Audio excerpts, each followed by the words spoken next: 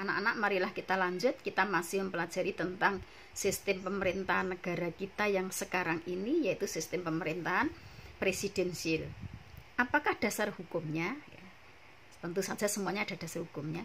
Dasar hukumnya adalah Undang-Undang Dasar Negara Republik Indonesia tahun 1945 pada pasal 4 ayat 1. Pasal 4 ayat 1 itu berbunyi, Presiden Republik Indonesia memegang kekuasaan pemerintahan menurut Undang-Undang Dasar.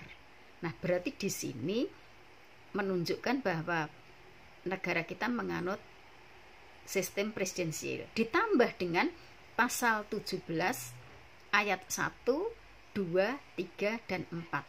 Bagaimanakah bunyi pasal 17 ayat 1? Yaitu Presiden dibantu oleh menteri-menteri negara. Nah, ini menunjukkan bahwa negara kita presidensial ya, karena memang di negara kita ada menteri-menteri. Menteri-menteri yang memilihnya, yang mengangkatnya, yang melantiknya adalah presiden, yang bisa menjatuhkannya nanti juga presiden. Sekarang ayat yang kedua, pasal 17 ayat yang kedua. Menteri-menteri negara diangkat dan diberhentikan oleh presiden. Jadi menteri-menteri negara ini diangkat, sing angkat presiden, yang memberhentikan juga presiden. Berapa tahun? 5 tahun jabatannya ya. Kalau presidennya sudah jabatannya selesai, menterinya juga selesai gitu ya.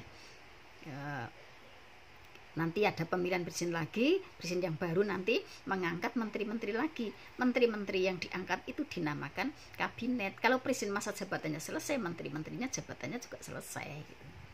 Berikutnya sekarang pasal 17 ayat 3 berbunyi, setiap menteri membidangi urusan tertentu dalam pemerintahan. Nah, ini anak-anak. Jadi setiap menteri membidangi urusan tertentu dalam pemerintahan. Ini nanti akan menjadi tugas bagi kalian semuanya. Kalau minggu yang lalu tugasnya adalah nama kabinetnya, jawabannya hanya 2 kata saja. Sekarang pertanyaan ibu, saya mulai dari sekarang. Anak-anak, tulislah susunan para menteri di kabinet yang sekarang ini. Namanya apa? Kabinet apa? Kan sudah kalian jawab kemarin. Yaitu Kabinet Indonesia Maju. Menterinya siapa saja? Tolong nanti disebutkan ya. Jadi untuk pertanyaan yang ketiga. Berikutnya sekarang yang keempat. Pembentukan, pengubahan, dan pembubaran kementerian negara diatur dalam undang-undang. Jadi untuk membentuk menteri, mengubahnya, membubarkan menteri, itu nanti diatur di dalam undang-undang. Inilah bunyi pasal 17 ayat yang keempat. Berikutnya sekarang dari pasal-pasal tersebut sangat jelas bahwa Indonesia menganut sistem pemerintahan presidensial dengan prinsip pemerintahan sebagai berikut. Jadi di Indonesia sistem presidensial ini prinsip pemerintahannya sebagai berikut. 1. Indonesia adalah negara yang berdasar pada hukum.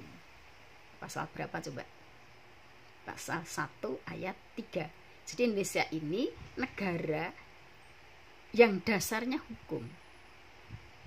Yang paling tinggi sendiri adalah hukum, walaupun presiden sekalipun harus tunduk kepada hukum. Presiden melaksanakan tugasnya, melaksanakan kewajibannya ya berdasarkan hukum. Ini termasuk prinsip pemerintahan. Yang kedua, pemerintah berdasarkan sistem konstitusi. Konstitusi juga sama dengan hukum dasar konstitusi itu, yaitu Undang-Undang Dasar gitu ya. Jadi Indonesia adalah negara berdasar atas hukum, yang artinya di sini semua baik itu rakyat maupun pejabat pemerintahan maupun pemerintah sendiri harus tunduk kepada hukum dalam melaksanakan tugasnya sesuai dengan hukum. Yang kedua, pemerintah berdasar atas sistem konstitusi. Jadi pemerintah melakukan tugasnya ini dasarnya adalah Undang-Undang Dasar. Kemudian yang ketiga, kedaulatan ada di tangan rakyat dan dilaksanakan menurut Undang-Undang Dasar. Kedaulatan berarti kekuasaan tertinggi di negara kita ada di tangan rakyat, sedangkan pelaksanaannya menurut Undang-Undang Dasar. Yang keempat, presiden adalah penyelenggara pemerintahan yang tertinggi. Jadi kalau kalian ingin tanya yang dimaksud dengan pemerintah itu siapa toh? Nah, pemerintah itu yang tertinggi adalah presiden. Jadi mereka yang berada di bawahnya itu, ya, ini adalah pejabat-pejabat pemerintahan. Gitu. Berikutnya sekarang yang kelima, presiden tidak bertanggung jawab kepada DPR. Tadi juga Ibu sudah sampaikan ya, karena yang memilih presiden rakyat, yang milih DPR juga rakyat. Jadi presiden tidak bertanggung jawab pada DPR karena posisinya ini sama di situ. Berikutnya sekarang yang kelima, yang keenam, menteri negara, ya saya ulangi, menteri negara adalah pembantu presiden dan bertanggung jawab pada presiden. Jadi menteri-menteri negara atau kabinet itu adalah pembantunya presiden, tanggung jawabnya kepada presiden. DPR tidak bisa menjatuhkan, siapapun tidak bisa menjatuhkan menteri, yang bisa hanyalah presiden. Yang terakhir yaitu kekuasaan tidak tak terbatas. Tidak tak terbatas itu tidak berarti terbatas. Artinya di sini kekuasaan itu dibatasi oleh undang-undang. Ini anak-anak, kekuasaan tidak tak terbatas artinya kekuasaan itu dibatasi. Gitu. Ya, dibatasi, yang batasi apa? Undang-undang dasar. Yang batasi apa? Undang-undang. Berarti kekuasaan tidak tak terbatas. Bukan berarti artinya terbatas, tapi kekuasaan itu dibatasi oleh undang-undang dasar. Saya rasa cukup dulu untuk pertemuan kita minggu ini.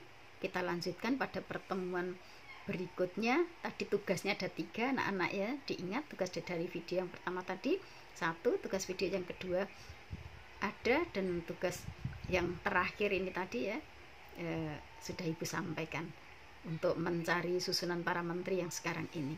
Marilah kita tutup pembelajaran kita hari ini dengan berdoa bersama-sama. Berdoa sesuai dengan agama dan keyakinannya masing-masing. Mulai.